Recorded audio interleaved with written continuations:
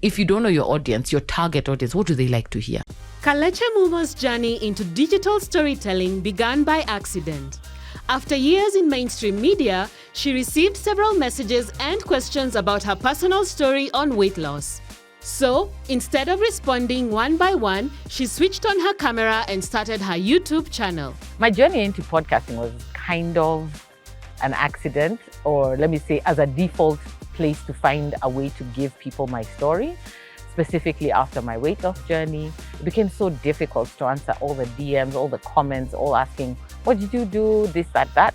And so the people who were around me at the time suggested that I try recording all this in a series called The Me I Want to share my story. And that is how I began the journey. And that was back in 2016.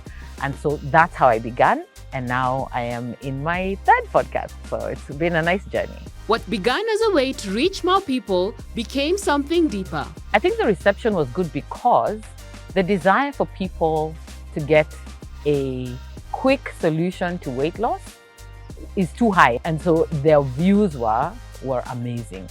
Then transitioning out of TV was when I started my next podcast. And of course, the hype is still with, oh, we like watching you, so they want to follow you. And the style of that second podcast, Live and Uncut, was similarly as hype as I was as a radio presenter. And that for me was not necessarily who I am as an individual today. Kalekye wears many hats, but she doesn't see them as jobs. To her, each is a gift.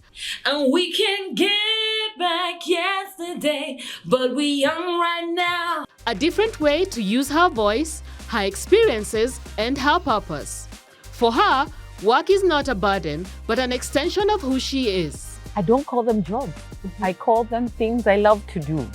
I have a gift. I am able to use my voice and my mind to be able to communicate to other people, to tell stories, to plan and make things happen for people. I look at them as places where I've been able to use the gift I have to thrive. Finding myself emceeing, it's a gift. I was singing as well.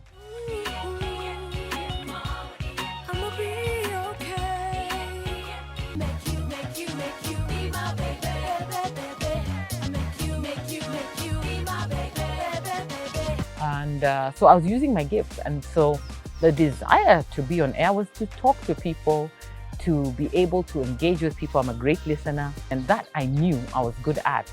So again, it's what are you good at and where can you take it? And if it brings you money, well and good. In a space where everyone has a mic, it takes more than just talking to stand out. Kalekye believes that the best podcasters are not the loudest, they are the most authentic and strategic.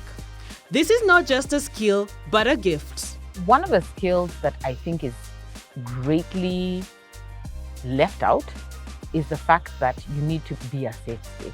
You're creating this podcast, either you have interviewees, guests, or even you're doing it as a person who's sharing wisdom, wealth about a specific topic. People need to feel safe with you. Secondly, I think mastering how you want to deliver your content.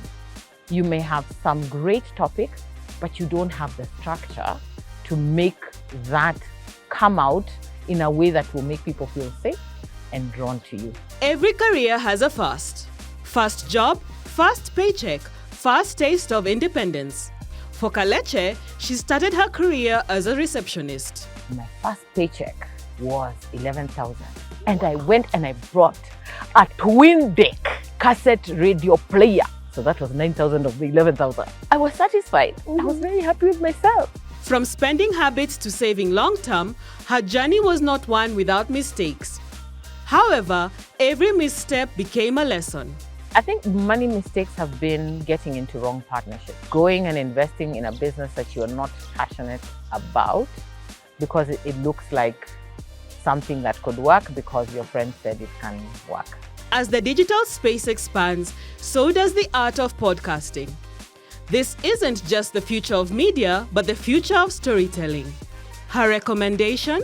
So the future of podcasting is great if we can have more people supporting the industry. If we can have more organizations who can see what the benefits are of investing into these conversations.